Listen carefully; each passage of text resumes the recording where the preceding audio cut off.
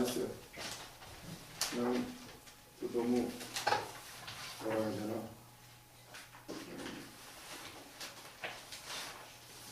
바쁜데 그냥 이렇게 이건 또 이렇게 다음 주에 또 정리해서 드릴게요. 똑같으니까. 자, 기도하고 시작하도록 하겠습니다. 하나님 감사합니다. 우리를 부르시고 만나주시고 이 자리까지 인도하신 주님 감사를 드립니다. 시간 많은 것 생각하며 공부합니다. 모든 것이 성령의 조명하심 따라 우리의 눈을 열어주시고 귀를 열어주시고 우리의 입을 열어주시옵소서. 오늘도 큰 은혜 주심을 믿사오며 예수님의 이름으로 기도드렸습니다. 아멘. 다음 시간에는 다음 주 5월 17일 날 시험을 볼 거예요. 중간고사가 있고 본문은 사도행전 9장 1절에서 9절 이렇게 본문을 잡으시고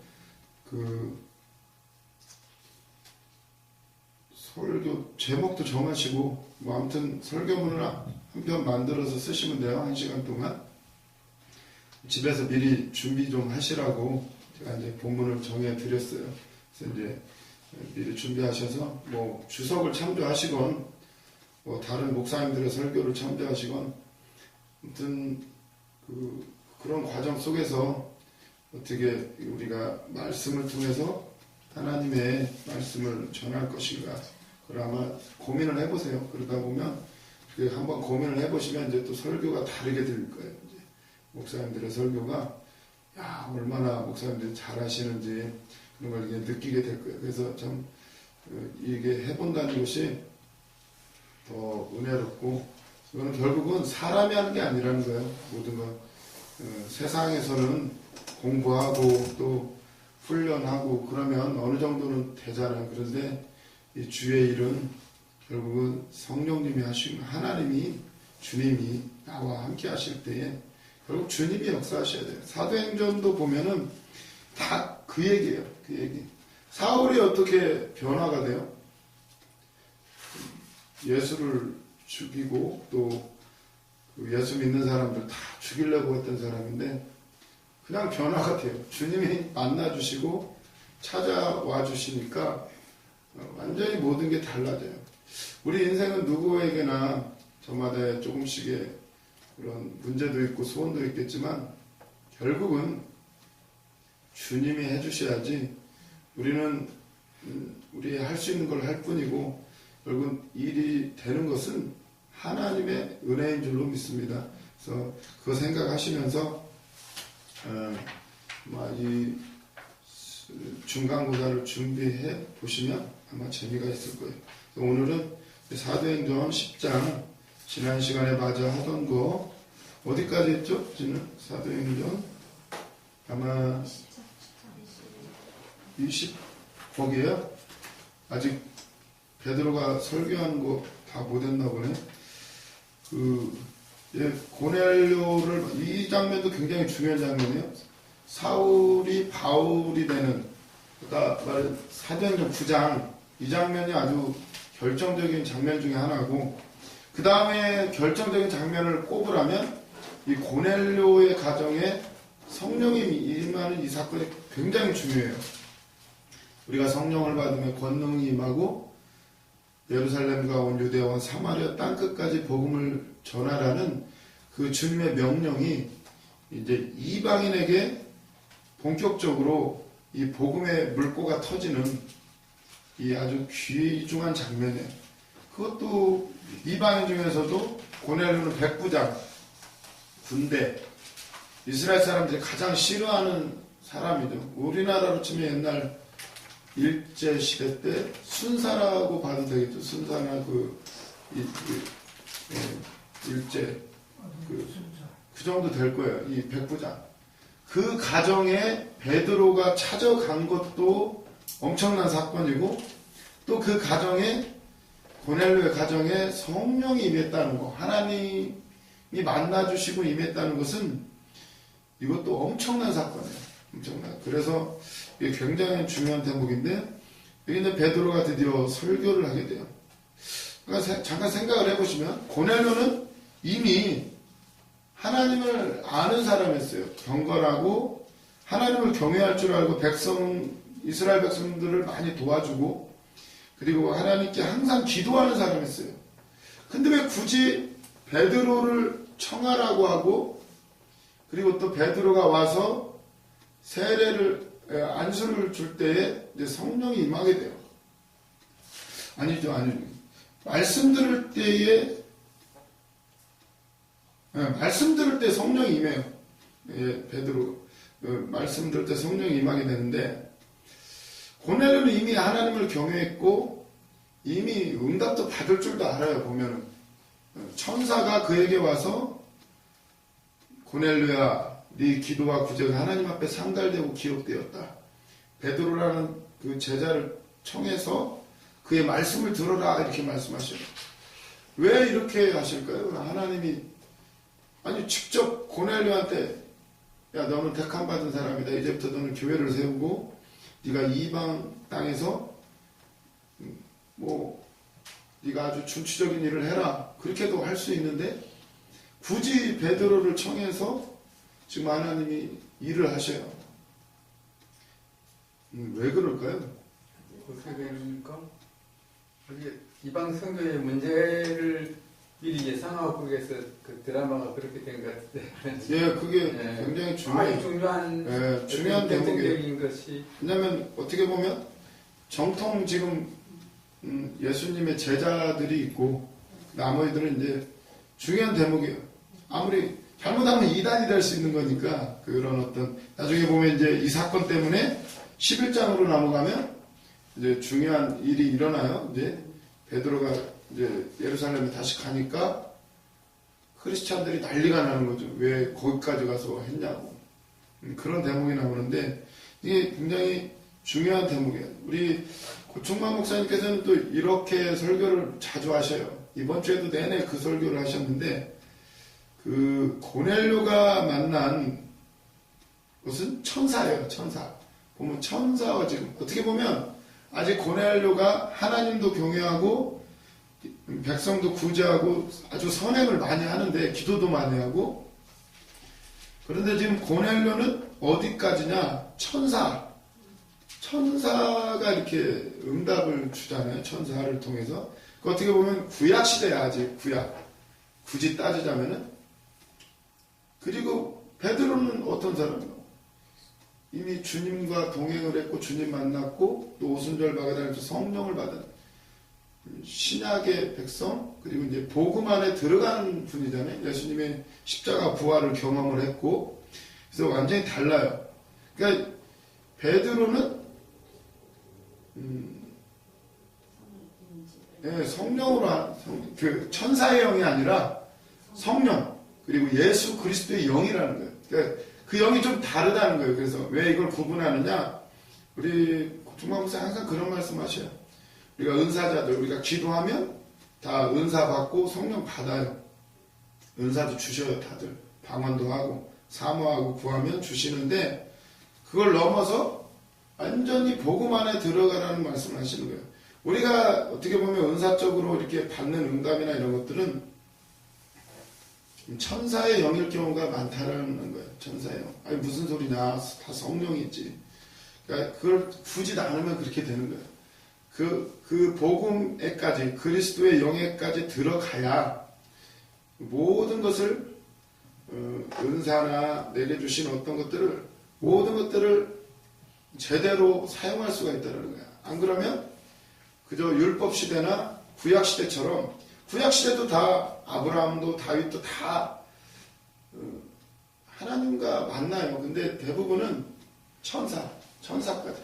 물론 아브라함이 하나님을 봤다고 봐야죠. 하나님 해야 되고 다윗도 물론 몇몇 되지를 않아요. 대부분은 은사적으로 천사의 영이라고 이제 우리 목사님 계속 그렇게 말씀을 하셔요. 그것도 구분해서 생각을 하시면 우리가 어떤 은사를 넘어 복음, 그 깊은 단계, 결국 말씀 안에 들어가는 거예요. 말씀 안에. 그래서 베드로를 청하는 거예요. 그래서 물론 고넬료가 훌륭하지만 하나님이 너희 기도가 응답되었다. 이렇게 말씀하셔요. 뭔가 계속 찾은 거예요, 고넬료가. 하나님을 경외하고 찾고 그러다가 이제 드디어 베드로를 통해서 진짜 고넬료도 구약을 알았겠죠. 구약을. 그리고 예수라는 거예요. 구약의 모든 그 예언 말씀들은 예수 그리스도를 말하는 것이다. 이제 그 얘기를 하려고 하나님이 베드로를 보내주시고요. 베드로를 보내서 이제 설교를 해요. 베드로의 설교를 들어보면 결국 그 설교를 그 고넬료의 그 의문점들 그걸 지금 해결해주는 대목이에요. 그래서 보면 24절부터 보시면 이튿날 가이사랴에 들어가니 고넬료가 그의 친척과 가까운 친구들을 모아 기다리더니 마침 베드로가 들어올 때 고넬료가 맞아 발 앞에 엎드려 절하니 그 고넬료가 베드로한테 엎드려 절해요. 하나님이 보내신 사람이고 그 발 앞에 절해요. 이게 굉장히 차이가 있어요. 이게 그랬더니 26대 베드로가 일으켜 세우고 이르되 일어서라 나도 사람이라 하고 이게 율법과 복음의 차이예요. 굳이 나누자면 굉장히 구약시대 때 보면 선지자들이나 이런 분들 천사를 만나면 어떻게 되죠? 다 엎드리고 이제 나는 죽는다고 생각해. 기도원도 그랬고 죽는다고. 하나님을 보면 죽으니까.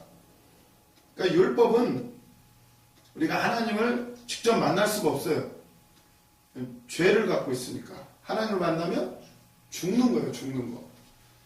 그런데 이제 이 땅 가운데 내려오신 말씀이 육신이 내려오신 하나님 그 예수 그리스도는 죄가 없으면 못 만나요. 죄가 있는 자가 만나요. 그래서 예수님 당시에도 예수님을 만난 사람들은 누가 만나요? 죄인 그리고 귀신 들린 자, 병든 사람들이 만나요. 예수님은 그게 진짜 복음의 놀라운 역사예요. 하나님은 죄가 있으면 못 만나는데 예수님은 죄가 있어야 만나요. 진짜 우리가 예수님 앞에 깊이 다가갈수록 더 우리의 죄를 깨닫게 돼요. 예수님 비치시고 그 빛에 가까이 다가갈수록 우리 죄를 더 발견하게 돼요. 그래서 왜 이렇게 믿음 생활하고 기도할수록 발견하지 않나요? 갈수록 더 부족하고 점점 더 드러나요. 내 속에 있는 것들이 아주 끔찍해요. 과연 이렇게 계속 해야 되는지 막 그런 생각이 들 때가 있어요. 내가 지금까지 신앙생활한 게 도대체 뭘 했는지 아직도 안 죽었고 승질 아직도 살아있고 근데 그게 복이에요. 그래야 주님을 만날 수가 있어요. 결국 깨닫게 되는 건 내 힘으로는 안 된다는 거예요. 간절하게 그 주님 앞에 나아갈 수밖에 없다라는 사실. 그래서 그 감사하시면서 베드로가 일어나라고 나도 사람이라고 그러면서 27절 더불어 말하며 들어가 여러 사람이 모인 것을 보고 이르되 유대인으로서 이방인과 교제하며 가까이 하는 것이 위법인 줄은 너희도 알거니와. 위법이라고까지 말해요. 베드로가. 지금 이게 보통 사건이 아니에요. 특히나 이 로마 군대 백부장 그 가정에 들어가서 같이 밥 먹고 예배 드린다는 거는 이스라엘 백성들은 상상할 수 없는 얘기예요.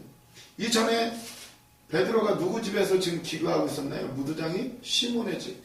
사실 이 가족을 다루는 사람, 짐승의 피를 만지는 사람 집에 들어가는 것도 엄청난 사건인데 하나님은 베드로를 더 한 단계, 더 이방인, 아주 민족의 원수 그런 고넬료의 가정으로 끌고 가셔요.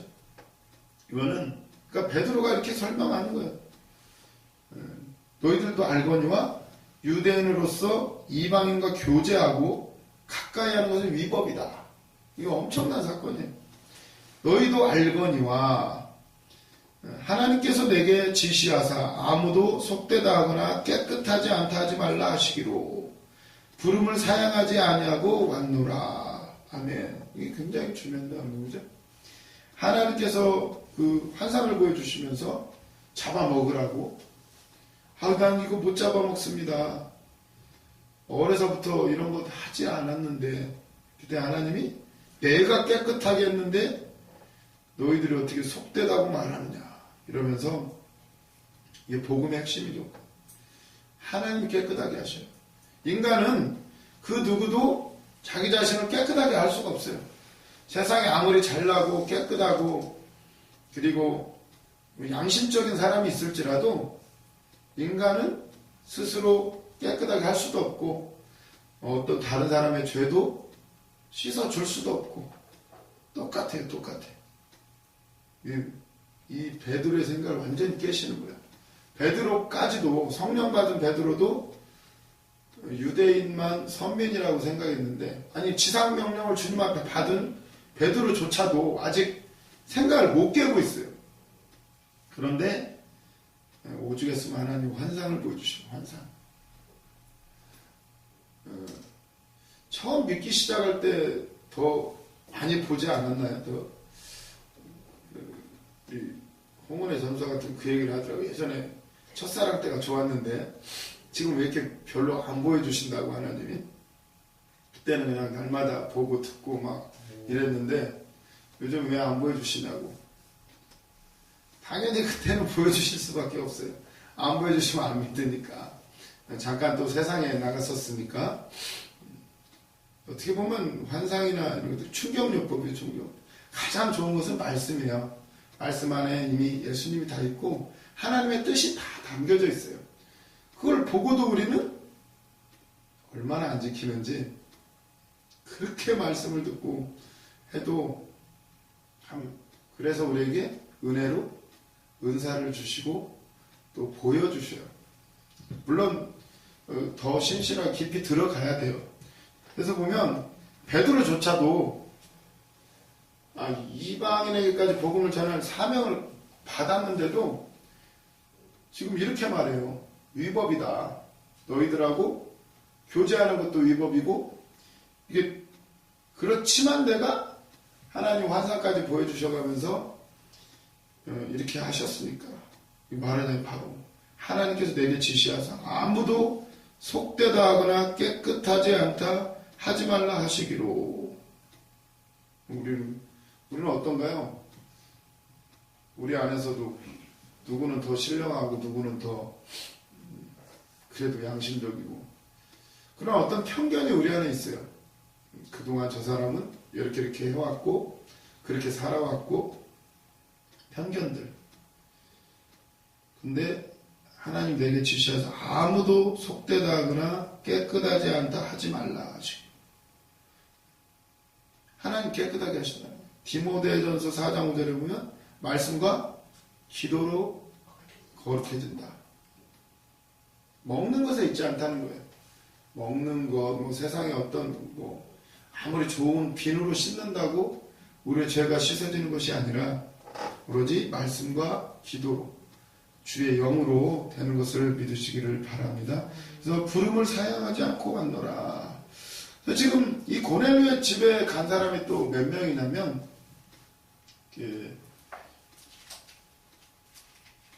11장 12절에 보면 11장 12절 먼저 보시면 성령이 내게 임하사 아무 의심 말고 함께 가라 하시매 이 6 형제도 나와 함께 가서 그 사람의 집에 들어가니 이렇게 말해요. 6명, 그러니까 베드로까지 해서 7명이 간 거예요. 7명. 네, 이게 의미가 있어요. 이것도. 그래서 우리가 다 아시는 내용. 증인은 2명이 필요해요. 2명. 2명이 필요한데 이스라엘 그 규례상 증인의 숫자, 재판이나 뭐 할 때 증인 세울 때 2명이 필요한 거예요. 한 사람은 안 되는 거죠. 다 거짓말을 할 수가 있으니까. 근데 2명. 증인은 2명이 필요하고 7명은 어떤 큰 일의 확정에 있어서 최소 숫자가 7명이래요. 7명. 그때 재판이나 뭐 어떤 확정할 때 굉장히 그래서 보면 이게 모든 게 하나님의 계획 가운데 지금 이 일이 진행되고 있다는 사실이에요. 7명이 아마 그쪽 7명, 이쪽 3명, 그쪽 3명, 이쪽 3명 막 이렇게 간 것 같아요. 아마. 그렇게 해서 아무튼 총 7명이 가가지고 거기서 지금 설교를 시작하는 거예요. 이제 내가 너희들과 교제하는 것도 원래 안 되지만 하나님이 가라 하시니까. 그래서 보면 이 사도행전은 모든 일이 다 성령, 하나님이 계획해서 다 이루어진 일이라는 거예요. 모든 것들이 이미 오순절 마가다락변 성령의 임재를 예수님이 누누이 말씀하셨어요. 계속 말씀하셨고 승천하시면서까지 기도해라. 제자들은 막 언제 이 나라가 회복이 됩니까? 주의 나라가 언제 임합니까? 그 얘기만 하는데 예수님은 때와 시기는 알 바 아니고 오로지 성령의 충만함을 받으라. 그러면서 오늘 이제 이렇게 설교가 시작이 돼요. 29절 보니까 부름을 사양하지 않냐고 만노라 묻노니 무슨 일로 나를 불렀느냐. 30절 고넬료가 이르되 내가 나흘 전 이맘때에 계속 반복이 돼요. 지금 이 앞절에도 이 9장 지금 8장이었죠. 10장 아무튼 이전에도 있는데 지금 계속 반복되는 얘기를 하는 거예요. 베드로가 나중에 11장에도 예루살렘에 가서 또 똑같은 얘기를 또 해요. 굉장히 중요한 사건이에요. 한 3번 정도 할 거예요. 누가 사울도 그러지 않나요? 바울도 한 3번을 예수님 만난 체험을 사도행전에서 3번을 얘기해요. 로마로 가서 하고 또 그리고 예루살렘에서 하고 또 사도행전 여기 만나는 장면에서 하고. 그래서 보면은 굉장히 중요한 사건 중에 하나예요. 고넬료가 이르되 30절 내가 나흘 전 이맘때까지 내 집에서 제 굿이 기도를 하는데 갑자기 한 사람이 빛난 옷을 입고 내 앞에 서서 말하되 고넬료와 하나님이 내 기도를 들으시고 내 구제를 기억하셨으니 사람을 요바에 보내어 베드로라는 시몬을 정하라. 그가 바닷가 무두장이 시몬의 집에 유숙하느니라 하시기로 내가 곧 당신에게 사람을 보내었는데 오셨으니 잘하였나이다. 이제 우리는 주께서 당신에게 명하신 모든 것을 듣고자 하여 다 하나님 앞에 있나이다. 아멘. 물어봤더니 기도 응답을 받았고 그리고 당신의 말을 들으라고 했다. 이렇게 말씀하셔. 당신의 말씀을 듣고자 당신 앞에 서 있나이다. 그랬더니 베드로가 34절 베드로가 입을 열어 말하되 내가 참으로 하나님은 사람의 외모를 보지 아니하시고 각 나라 중 하나님을 경외하는 의를 행하는 사람은 다 받으시는 줄 깨달았도다. 아멘. 내가 참으로 하나님은 사람을 외모로 보지 않는다는 구약에도 많이 나와요. 특히나 사무엘상 16장 7절 내가 신장과 외모를 보지 않으려고 마음 중심을 본다고. 그 다윗의 형제들 하나하나 이렇게 하면서 아주 유명한 장면인데 베드로도 이렇게 말해요. 내가 참으로 하나님은 사람의 외모를 보지 아니하시고 각 나라 중에요. 하나님을 경외하는 의를 행하는 사람은 다 받으시는 줄 깨달았도다. 우리도 예수님 오시기 전에 어떻게 누가 구원받았을까 그런 고민 참 많이 하잖아요. 근데 이미 우리는 모르지만 하나님이 이미 택한 사람들이 다 있다는 거예요. 각 나라 중 하나님을 경외하는 의를 행하는 사람 다 받으신다는 거예요. 그러면서 36절 보면 만유의 주 되신 예수 그리스도로 말미암아. 이게 만유라는 단어도 굉장히 중요해요. 만유의 주 되신. 하나님이 만물의 주인이신데 지금 예수님도 여기에 넣고 있어요. 예, 만유의 주 되신. 이스라엘 백성은 예수님을 인정하지 않았는데 만유의 주된 예수 그리스도 말미암아 화평의 복음을 전하사 이스라엘 자손들에게 보내신 말씀 곧 요한이 그 세례를 반포한 후에 갈릴리에서 시작하여 온 유대에 두루 전파된 것을 너희도 알거니와 하나님이 나사렛 예수에게 성령과 능력을 기름 붓듯 하셨음에 그가 두루 다니시며 선한 일을 행하시고 마귀에게 눌린 모든 사람을 고치셨으니 이는 하나님이 함께 하셨습니다. 아멘. 이 38절은 굉장히 중요한 구절이에요. 외워두셔야 되는데 누가복음 4장 18절에도 비슷한 말씀이 있고요. 이사야 61장 1절에도 비슷한 말씀이 있어요. 그래서 하나님이 나사렛 예수에게 성령과 능력을 기름 붓듯 하셨음에 그가 두루 다니시며. 그러니까 예수님도 하나님이 성령과 능력을 기름 붓듯 부어주셔서 두루두루 다니면서 선한 일을 행하시고, 그러니까 선한 일도 성령과 능력으로 하는 거예요. 우리 사람이 하는 게 아니고 예수님도 그러셨으니까 마귀에게 눌린 모든 사람을 고치셨으니 이것도 성령과 능력으로 이는 하나님이 함께 하셨습니다. 이 구절만 가지고도 설교가 나오겠죠. 선한 일을 행하는 것도 사람이 아니고 마귀에 눌린 모든 사람 고치는 것도 그렇고 이는 하나님이 함께 하셨습니다. 이 모든 것들은 하나님이 함께 하심으로 이루어진 것을 믿으시기를 바랍니다. 우리의 믿음도 그래요. 우리의 믿음도 어떤 때는 안 믿어질 때는 시험 들고 그럴 때는 그런 가끔 있으실 거야.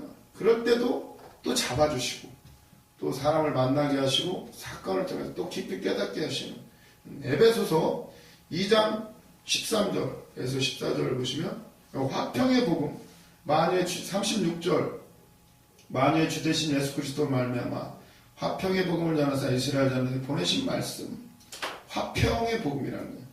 지금 아마 이방인들과 유대인들 굉장히 이스라엘 백성들도 하나님과 관계도 그렇고 어떻게 보면 우리가 인간이 하나님과의 관계도 올바르지 않을 뿐더러 우리가 범죄함으로 하나님과 그 화평한 관계가 무너진 거예요. 그래서 그것뿐만 아니라 인간들 사이도 마찬가지예요. 사실은 가정에서 직장에서 이 안에 언제나 갈등이 있어요. 나름대로 우리가 화평하고자 힘을 쓰지만 그것 또한 희한하죠. 사건이 어떻게 꼬이기 시작하면 그렇게 친했던 친구들도 또 어떻게 될지 몰라요. 또 때로는 하나님이 사울과 바나바 보세요. 바울과 바나바 얼마나 둘은 정말로 바울 같은 경우 바나바가 아니었으면 어떻게 거기에 끼어요. 세워지고 일꾼으로 세워지고 사실 바나바가 더 굉장히 미리 자리 잡고 있었는데 근데도 둘이 싸우고 헤어져요. 아무것도 아니에요. 어떤 면에서 그 조카 마가 요한을 데리고 가느냐 마느냐. 바나바는 조카니까 어떻게든 데려가려고 성령 불받게 하고 어떻게든 일꾼으로 세우려고. 근데 바울은 안 된다는 거예요. 또 거기 가가지고 또 뺀질거리면 안 되니까 이러는데 그걸로 완전히 갈라서요. 근데 그것 또한 하나님이 따로 세우려고 이미 말씀했어요. 저 둘을 따로 세워라. 금식을 시키고 성령이 말씀하셨어요. 그 일대로 결국은 이루어지게 돼요. 그래서 우리가 화평하고자 하는 것도 우리 마음대로 안 되더라고요. 우리 마음대로. 가정이건 직장이건 어디에서든지 모든 것은 하나님의 손안에 있다는 걸 기억하시면서 너무 그런데 마음 아파할 이유도 없고 우리는 오로지 그 뜻 가운데서 하나님 뜻이 무엇이 있을까 기도하면서 승리하시기를 바랍니다. 그래서 에베소서 2장 13절 보시면 에베소서 2장 13절에 아주 중요한 말씀이 나오죠. 이제는 전에 멀리 있던 너희가 그리스도 예수 안에서 그리스도의 피로 가까워졌느니라. 예수 안에서예요. 안이라는 단어가 굉장히 많이 나와요. 22절까지 보면 예수 안에서 그리스도 피로.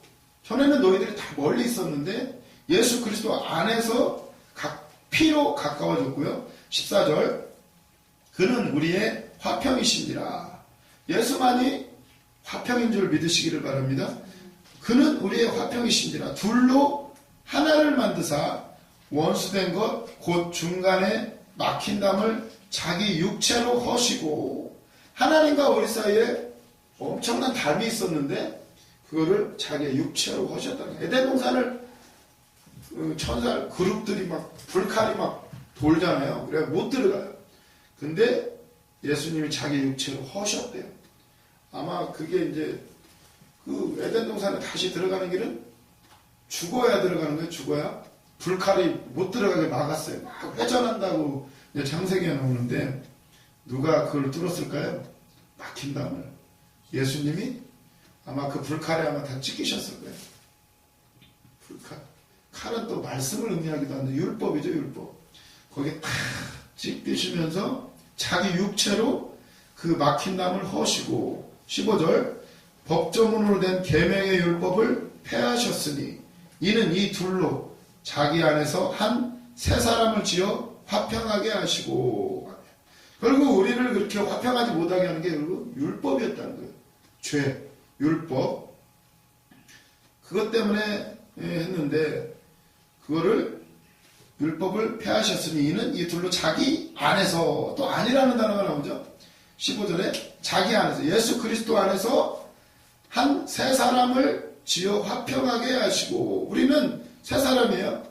옛사람은 죽고 이 안에 성령으로 지음을 받은 새 사람을 지어 예수 그리스도 아닌 거예요. 자기 안에서 화평하게 하시고 16절 또 십자가로 이 둘을 한 몸으로 하나님과 화목하게 하려 하심이라 원수된 것을 십자가로 소멸하시고 아멘. 그 다음에 17절 또 오셔서 먼데 있는 너희에게 지금 이방인들에게 말씀하시는 거죠. 이제 바울이 먼데 있는 너희에게 평안을 전하시고 가까운 데 있는 자들에게 평안을 전하셨으니 가까운 데 자는 유대인이겠죠. 먼 데 있는 자 이방인들 이방인에게도 평안 가까이 있는 유대인에게도 평안을 전하시고 18절 이는 그로 말미암아 우리 둘이 한 성령 안에서 또 아니라는 단어가 나오죠. 한 성령 한 예수 그리스도 안에서 한 성령 안에서 아버지께 남음을 얻게 하려 하시리라.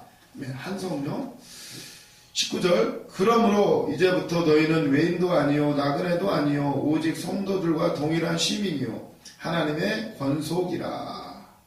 너희는 사도들과 선지자들 때를 세우심을 입은 자라. 그리스도 예수께서 친히 모퉁이 돌이 되셨느니라. 21절 그의 안에서 예수 그리스도 안에서 건물마다 서로 연결하여 주 안에서 이 주는 여호와 하나님이에요. 하나님 안에서 성전이 되어가고 22절 너희도 성령 안에서 하나님의 거하실 처소가 되기 위하여 그리스도 예수 안에서 함께 지어져 가느니라. 아멘. 이걸로도 설교하면 좋겠죠? 안에서 누구 안에서? 하나님 안에서 예수님 안에서 성령 안에서 이렇게 여기 아주 그냥 설교할 게 엄청 많이 보이죠? 이렇게 하셔도 된다는 거예요. 안에서. 고충만 목사님 하셨던 거예요. 이렇게 이런 것들이 보이면 참 좋아요. 이렇게 읽어보실 때 이렇게 주님이 보이게 하셔야 돼요. 이게 중요한 거예요. 예수 그리스도 안에서 성령 안에서 하나님 안에서 그분이 나와 지금 임마누엘 되셔서 내 안에 계시니까 굉장히 중요한 개념들이에요. 그래서 예수 그리스도만이 화평이시고 그분이 그 육체로 막힌 담을 허시고 그래서 사람 사이에도 막힌 담을 허는 것은 주님만이 가능해요. 모든 담들을 허시는. 그래서 보면 베드로가 지금 그 설교를 하는 거예요. 모든 화평의 복음 전하사 두루 전하시고 쭉 하시면서 39절 우리는 유대인의 땅과 예루살렘에서 그가 행하신 모든 일의 증인이라. 그를 그들이 나무에 달아 죽였으나 하나님이 사흘 만에 다시 살리사 나타내시되 모든 백성에게 하신 것이 아니요 오직 미리 택하신 증인 곧 죽은 자 가운데서 부활하신 후 그를 모시고 음식을 먹은 우리에게 하신 것이라. 이 복음 누구에게 먼저 하셨어요? 부활을 자기들 제자들한테 하셨다는 거예요. 모두에게 하신 것이 아니고 제자들에게 하셨는데 지금 베드로의 설교를 잘 보세요. 자기들만 그런 줄 알았어요. 지금 예수님이 부활하셔서 보이시고 사명을 맡겨주시고 자기들한테만 그렇게 한 줄 알았는데 42절 우리에게 명하사 백성에게 전도하되 하나님이 살아있는 자와 죽은 자의 재판장으로 정하신 자가 곧 이 사람인 것을 증언하게 하셨고 그에 대하여 모든 선지자도 증언하되 그를 믿는 사람들이 다 그의 이름을 힘입어 죄사함을 받는다 하였느니라. 지금 예수 그리스도의 복음을 지금 고넬료 가정에 전하고 있어요. 모든 것들, 이 모든 것들이 다 예수 그리스도다 이렇게 말하면서 44절 굉장히 중요한데 근데 베드로가 이 말을 할 때에 성령이 말씀 듣는 모든 사람에게 내려오시니 베드로와 함께 온 할례 받은 신자들이 이방인들에게도 성령 부어주심을 말미암아 놀라니 이는 방언을 말하며 하나님 높임을 들음이러라. 아멘. 이게 지금 베드로가 안수하기도 전에 지금 말씀 들을 때에 성령이 막 내려와요. 깜짝 놀라는 거예요. 베드로는 지금 사실 하나님이 보냈으니까 지금 온 거예요. 원래 위법인데 절대 상종도 안 하는데 그러면서 설교를 하시는 거예요. 하시는데 전번에 조용기 목사님 얘기도 해드렸죠. 일본에 가셔서 절대 설교하기 싫었는데 기도하고 나니까 성령이 어루만져 주셔가지고 막 눈물을 흘리고 그 일본 그곳에서 하나가 됐다는 거예요. 결국 이 베드로도 지금 말씀을 이렇게 예수 그리스도를 선포하는데 그냥 막 성령이 임해가지고 난리가 난 거예요. 지금 베드로가 능력 물론 있으시지만 베드로가 한 게 아니에요. 성령이 그냥 역사하셔. 성령이 가라 그래서 갔고 고넬료한테 성령이 천사가 와서 청하라 해서 청했고 그래서 만났고 말씀 듣는데 성령이 내려와요. 방언을 말하고 하나님 막 높이고 경배해요. 그러니까 깜짝 놀라는 거죠. 베드로가 놀래요. 성령 부어주시면 아니 이거 우리만 주는 줄 알았는데 예수님의 십자가 부활을 경험하고 예수님 따라다니고 근데 성령은 한순간에 다 하셔요. 싹 말씀 듣는 뭐 사울한테는 한순간에 빛으로 오셔서 물론 그 뒤로도 여러 가지 과정을 거쳤지만 하나님의 역사예요. 이 대목 고넬료의 가정에 성령이 임하니까 47절 이에 베드로가 이르되 이 사람들이 우리와 같이 성령을 받았으니 누가 능히 물로 세례 베풀음을 금하리요 하고 명하여 예수 그리스도의 이름으로 세례를 베풀라 하니라. 그들이 베드로에게 며칠 더 머물기를 청하니라. 아멘. 놀라운 역사가 있네요. 며칠 더 머무르래요. 원래 만나고 교제하는 것도 허락이 안 되는 건데 성령으로 지금 하나가 돼요. 하나가. 성령 안에서 하나가 되는데 이게 지금 어떻게 보면 순서가 어떻게 되는 거예요? 베드로 같은 경우는 물세례를 먼저 받았잖아요. 물세례 받고 나중에 이제 오순절 마가다락에서 성령을 받는데 고넬료 같은 경우는 지금 불세례 먼저 받고 어떻게 보면 물세례를 지금 그 다음에 받잖아요. 베드로가 놀래요. 성령이 임하는 것을 보고 놀래가지고 이러니 베드로가 부인할래야 부인할 수가 없는 거예요. 속되다. 너는 함부로 내가 깨끗하게 한 것을 속되다고 말하지 말아라. 깜짝 놀래요. 이방인들은 다 그냥 개나 돼지인 줄 알았는데 하나님을 경외할 줄 알고 성령까지 내리는 것을 보고는 깜짝 놀라요. 베드로가 성령을 받기까지 얼마나 많은 과정을 거쳤어요. 예수님을 3년반 동안 따라다니고 그 안 볼 거 못 볼 거 다 보고 뭐 축사하는 거 뭐 하는 거 다 보고 무리도 걸어보고 무슨 산? 변화산에서 그 놀라운 걸 봐도 그때까지 아직 성령이 물론 예수님을 따라갈 때 이미 성령이 역사하신 거지만 진짜 그 오순절 마가다락방의 성령을 받기까지는 얼마나 많은 과정을 거쳤어요.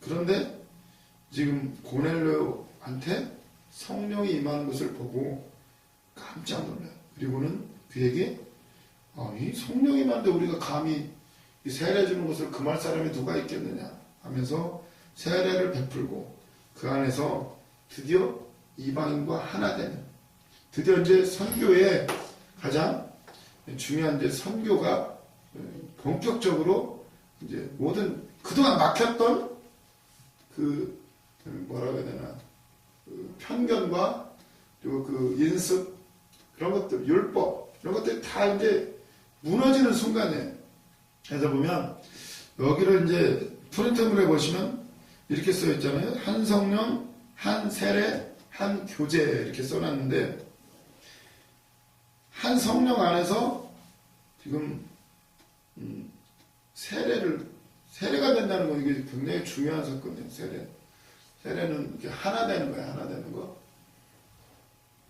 한 성령 안에서 다 같이 세례를 받고 다 같이 교제하게 되는, 하나 되는 진정한 교회의 역사가 이 고넬료 가정에 일어나게 돼요. 그래서 에베소서 4장 5절을 보시면 4장 5절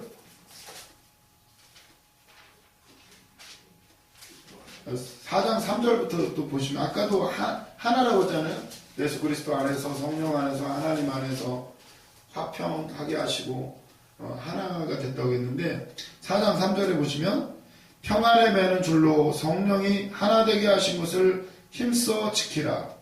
몸이 하나요 성령도 한 분이시니 이와 같이 너희가 부르심의 한 소망, 여기 굉장히 하나라는 단어가 많이 나와요.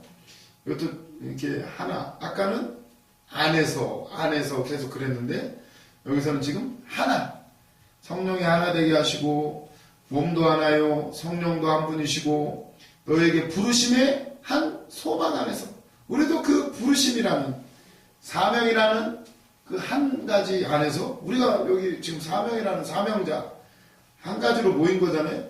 한 소망 안에서 부르심을 받았느니라. 5절 주도 한 분이시요 믿음도 하나요 세례도 하나요. 세례도 하나죠.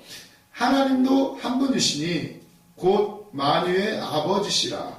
만유 위에 계시고 만유를 통일하시고 만유 가운데 계시도다. 아멘. 중요한 내용이에요.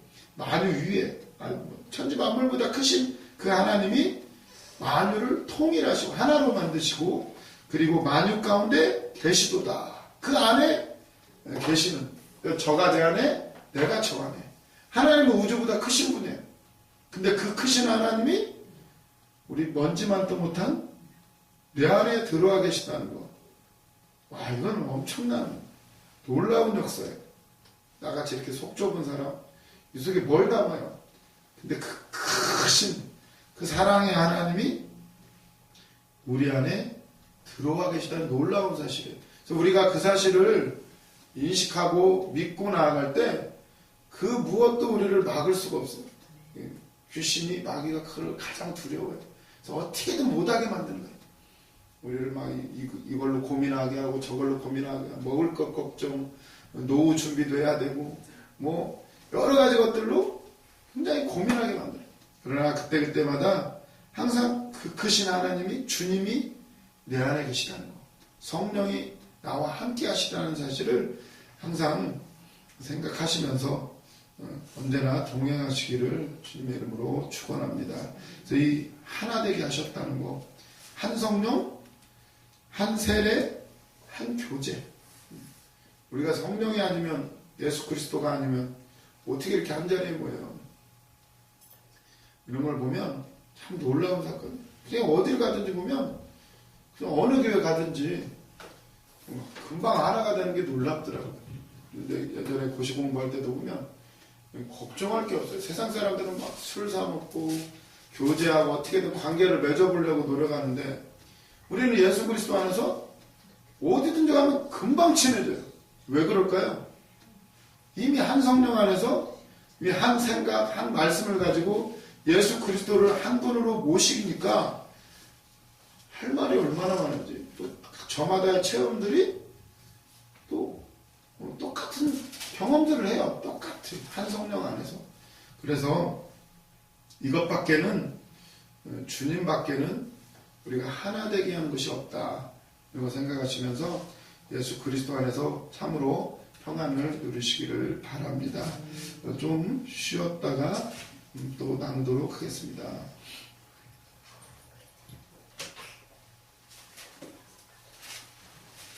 사도행전